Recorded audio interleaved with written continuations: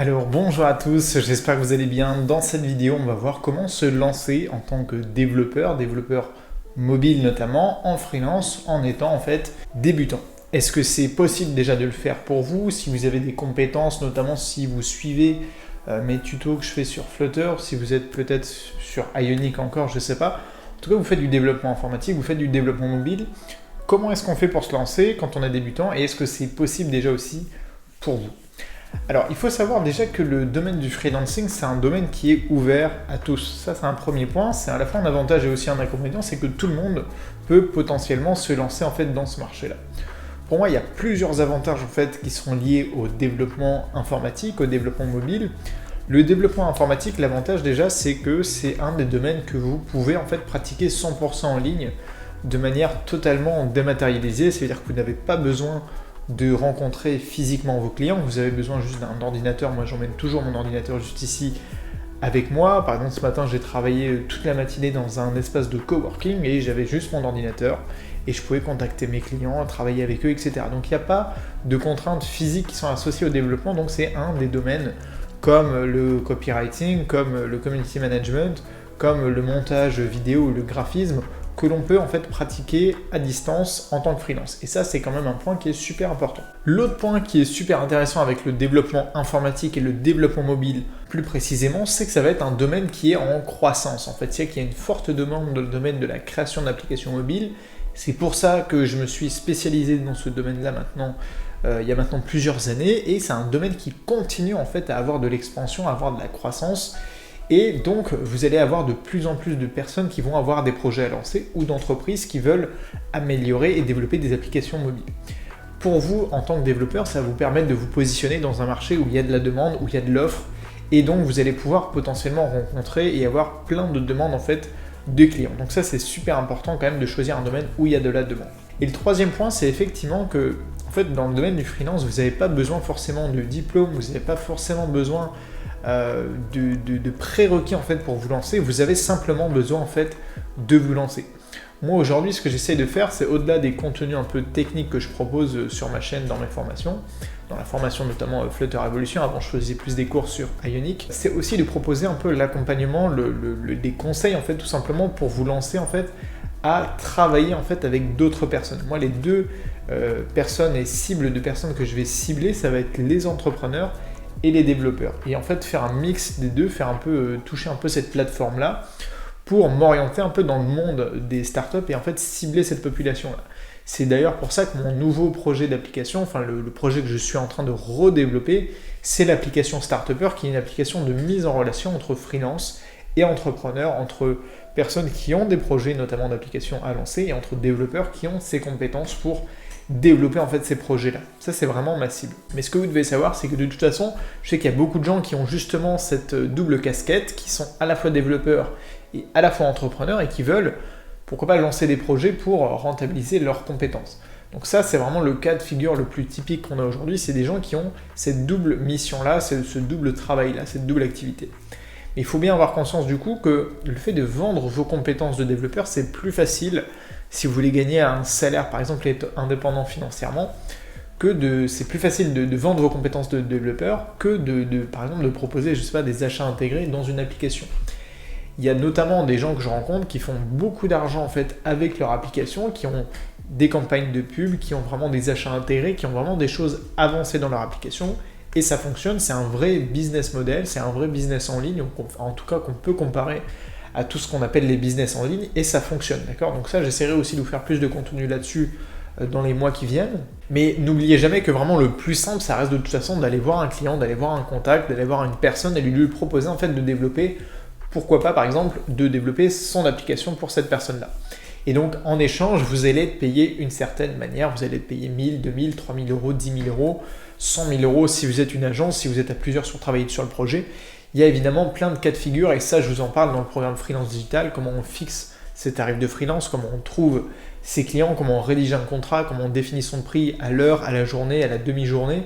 Tout ça je vous l'explique dans le programme Freelance Digital et vous avez les premières vidéos en fait qui sont offertes dans un programme gratuit que vous avez le lien en fait juste dans la description.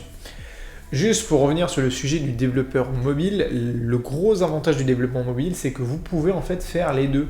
vous pouvez avoir vos projets perso et les projets que vous allez développer pour des clients. Moi, c'est ce que je fais depuis des années. Ça me permet aujourd'hui de relancer le contrat en fait d'application Startupper sans même en fait que ça soit moi qui travaille sur le contrat, sur l'application. C'est quelque chose que je vais déléguer aujourd'hui parce que je peux me le permettre et parce que j'ai surtout envie de pouvoir faire plusieurs choses en même temps. Donc grâce à mon activité principale, y compris de formateur, y compris en fait de développeur freelance, eh bien je vais pouvoir payer et en fait déléguer à un autre développeur le fait de créer une application. Donc ça c'est quelque chose où pour certaines personnes ils comprennent pas le fait que moi en fait je délègue aussi le développement mobile. Tout simplement en fait moi l'intérêt c'est de créer en fait une équipe pour pas être tout seul en fait à travailler. Aujourd'hui je suis avec un associé en fait, c'est ma copine, tout simplement on travaille à deux sur mon activité. En fait elle m'a rejoint il y a quasiment 6 mois maintenant. Et donc aujourd'hui, on est deux à travailler à plein temps sur mon activité, sur mon entreprise. Le but pour moi, c'est que je fasse en fait rentrer d'autres développeurs, notamment des développeurs mobiles dans mon équipe, pour qu'on puisse développer encore plus de projets, d'applications et surtout aller plus loin dans ces projets-là. Parce que ce qu'il faut bien se rappeler, c'est que faire un lancement, c'est entre guillemets pas très compliqué, mais faire une application qu'on va faire évoluer au fil du temps, là, ça devient évidemment des projets qui sont plus ambitieux et qui vous demandent plus de temps, plus de moyens, plus d'efforts. Et donc c'est pour ça qu'aujourd'hui, je suis en fait en train de former Hugo, qui est le développeur en fait de l'application Caraddict, que vous avez dû voir en fait dans son interview que j'ai donné ici sur la chaîne YouTube et qui en fait de toute façon régulièrement dans le programme Freelance Digital, puisque c'est le freelance en fait le développeur que j'accompagne pour lancer son activité.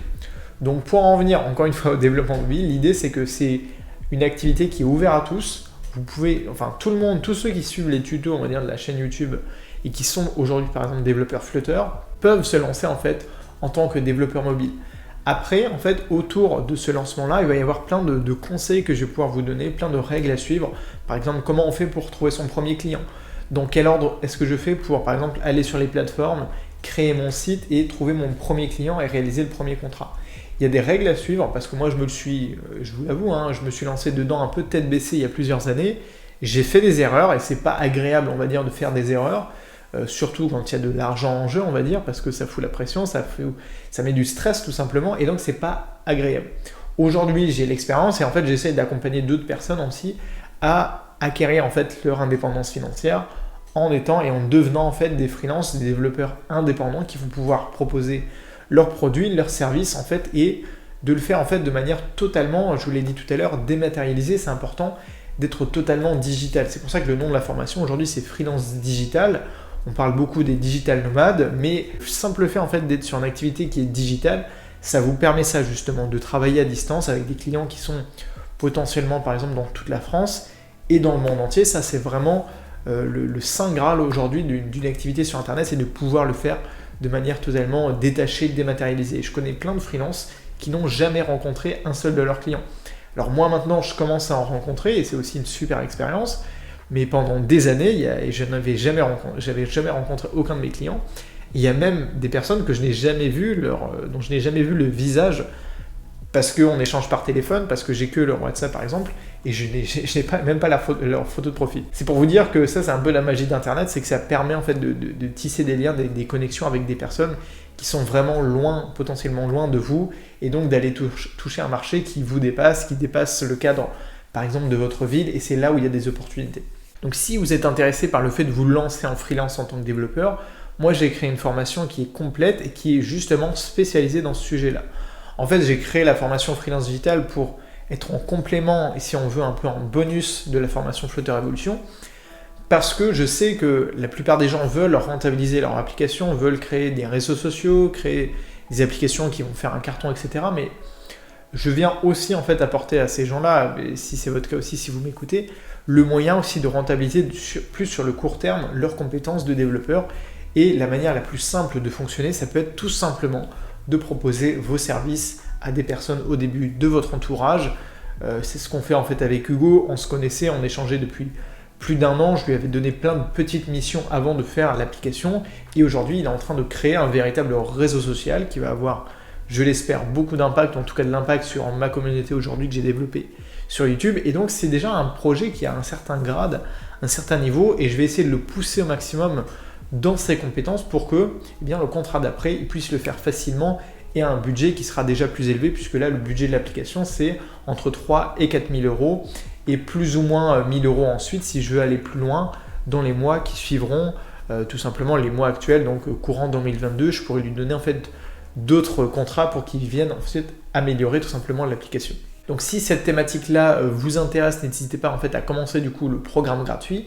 Si vous avez des questions, vous pouvez aussi me les poser en commentaire ou me contacter par mail et éventuellement réserver aussi un appel téléphonique puisque je suis en train de préparer ça pour rencontrer en fait un maximum de monde. Donc j'espère que cette vidéo et cette thématique vous a plu. Si vous avez des questions, posez-les en commentaire. Si vous avez d'autres idées ou suggestions de vidéos, n'hésitez pas. Je vais essayer de vous faire d'autres vidéos un peu sur cette partie du freelancing autour du développement mobile pour pas rester en fait tout le temps exclusivement sur le domaine technique, sur les tutos Flutter, la thématique Flutter et développement mobile. J'ai envie aussi de parler plus du côté en fait pas business mais en fait de vendre vos compétences parce que ça peut aider vraiment pas mal de monde à se lancer sans forcément quitter votre job.